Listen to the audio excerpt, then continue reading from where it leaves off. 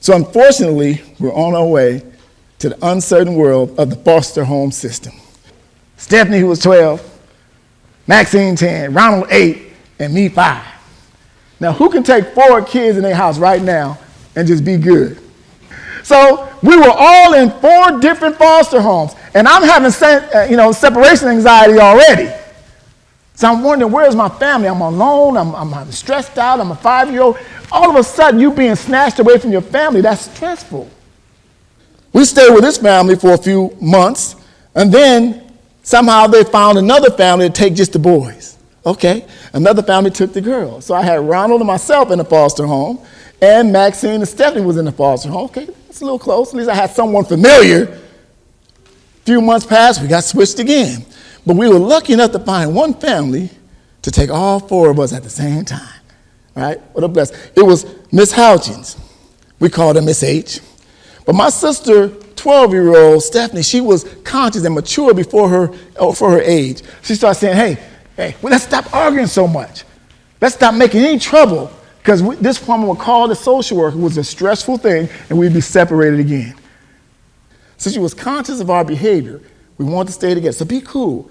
Stop all that arguing, right? Ronald, stop eating so much, right? Maxine, stop breaking stuff so much. And Deon, don't you drink anything after 7 p.m., right?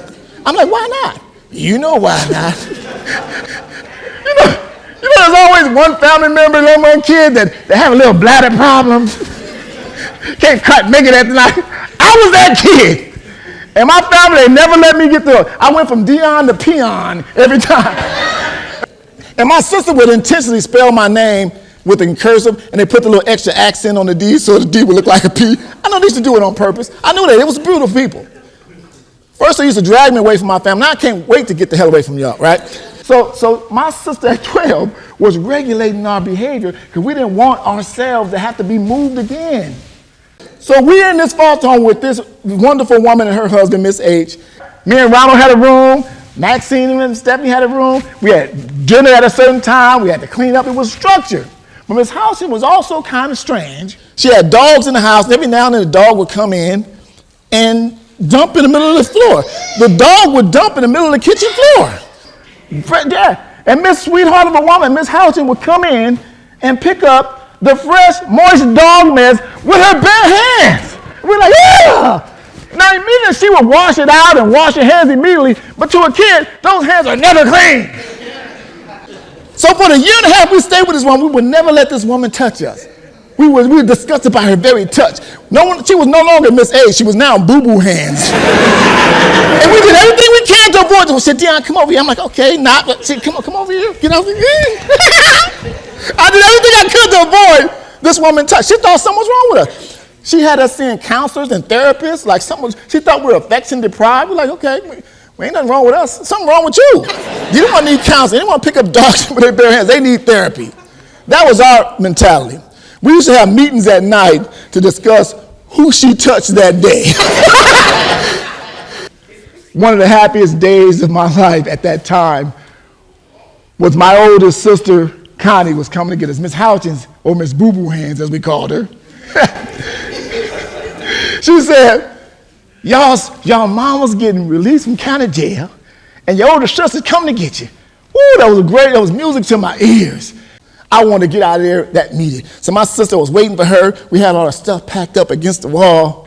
My sister Connie showed up. She had an afro hair with a patch on the side. She had a window pane jumpsuit that was flared way out here. She was fly. I just wanted to get in the hall, let's go. So we all getting ready to go, and Miss Boo Boo Hands walks up to me and said, Deon, I'm gonna miss you. And she grabbed me by the face. Ah! I started screaming like somebody stabbed me in the back. This Boo Boo Hand lady touched my face. I was done. I was like, I really did need some therapy after that. Here's your takeaway from here. There are some things that you can do that will taint your very existence, create a stigma attached to you. I share this as a youth worker with young men, a mentor, that there are some things you can do that will taint your very existence, give you a stigma attached when no one want to touch you, no one want to be around you, no one want to hire you because of your past, of what you've done. Now you can repent, you can forgive, You can do your time, but the world is not as forgiving, and that will taint your very existence. So my message to them symbolically is, keep your hands clean.